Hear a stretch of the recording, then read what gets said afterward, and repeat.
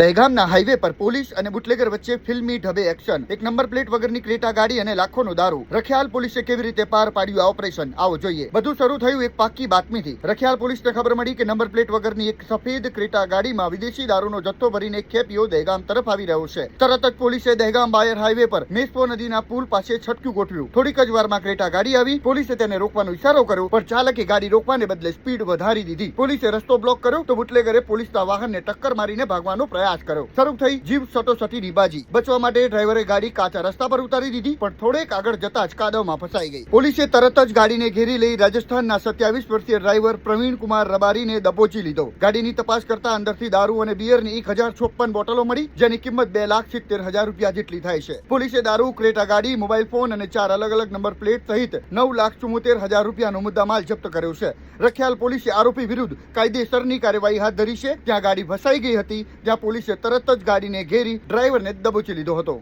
માત્ર 1999 ના EMI પર સોલર સિસ્ટમ। આ ફેસ્ટિવલ સીઝન ઓફર્સ મેળવો ધારદાર વિથ સે સોલાર।